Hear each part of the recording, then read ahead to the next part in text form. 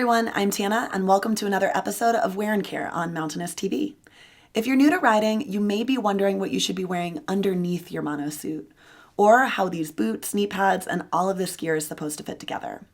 Today, we're going to show you the basics of layering and talk about how to stay warm and dry throughout the day. One thing that I want to touch on quickly is insulated versus uninsulated outerwear. We actually don't rent any insulated monosuits on mountainous.com, and that's for one very specific reason. It's because if you're riding in the mountains, you're going to be moving around a lot, and we all get stuck.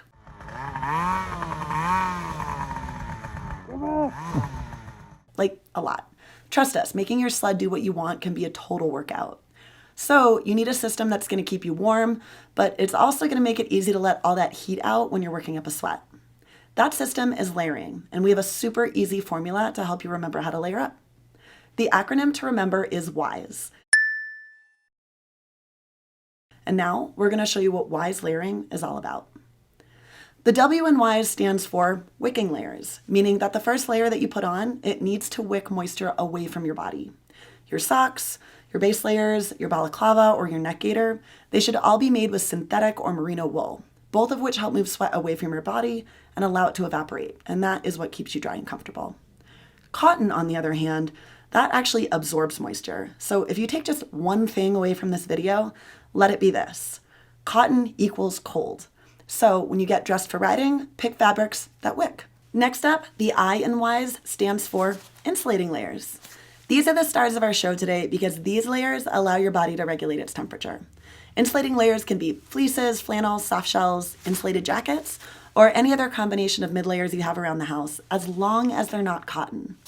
The trick to staying warm and dry is being able to drop a layer when you're working hard before you get too hot, and having an extra layer to put on when you take a break or when you're riding the trail back to the parking lot. These layers, unlike an insulated monosuit, put you in control of your own comfort. The S in W.I.S.E stands for safety layers. If you've read about layering before, you probably didn't see a safety layer included, but we think that this is a really important one. The safety layer, it includes things like your knee pads and, most importantly, your beacon, which needs to be worn underneath your outer layers. When you use the W.I.S.E framework, putting your beacon and guards on will become a regular part of your routine, and you'll be less likely to forget them. Okay, so the final layer and the E in W.I.S.E stands for external layers. This is an easy one. It's your boots and your outerwear, and it should all be designed to seal out wind and snow. Your external layers are your defense against the elements. And that's it. Those are the 4 parts of W.I.S.E layering: wicking layers, insulating layers, safety layers, and external layers. If you dress W.I.S.E and you avoid cotton, you're going to have a great day out there. And now, I'd love to hear from you. What's your system for layering up, and what are your favorite insulating layers? Head over to mountainous.com, find this episode, and leave a comment now.